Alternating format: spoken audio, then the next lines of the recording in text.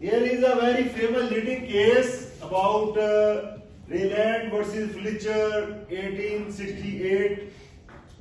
In that particular case, I have told you that there was a person who was the owner of a mine, coal mine. His neighbor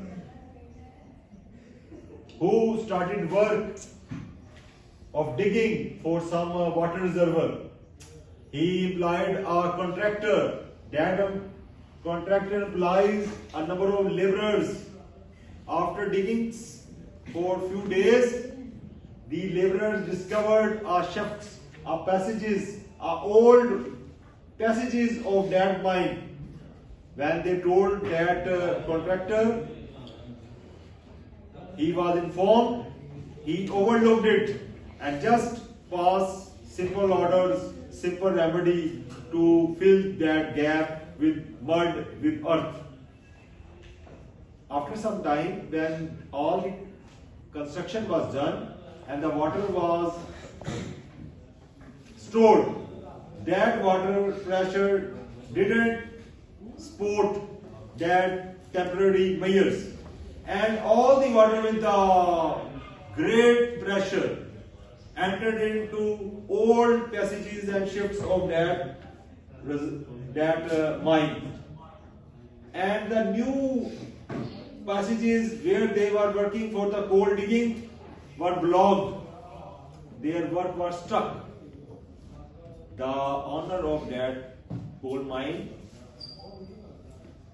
invoked and sued in the court of law for compensation. It was held that the person is liable for under the doctrine of strict liability, and he has to pay for that compensation. Essential condition for application of rule: anything which somebody does under your control, which is a mischief. And for example, you have seen if somebody have pet a dangerous wild animal, it is not allowed under a Wildlife Act. If that tiger, that panther, black panther, if it attacks somebody, some neighbor, some vicinity community, is held liable for that, because that dangerous. There are very dangerous species animals which cannot be kept as a pet. Which cannot be kept as a pet. So the non-natural use of the land. When you know you can't dig such like land without some expert opinion, you are making a triple story, 10-story building without any map, without any sanction of authority who is involved. If that collapse, and due to that collapse somebody's life or property is endangered or wasted, you will held responsible. You will say, I am the owner, I can make so huge stories. It's my land, but that's not the way. You have to follow rules and regulations.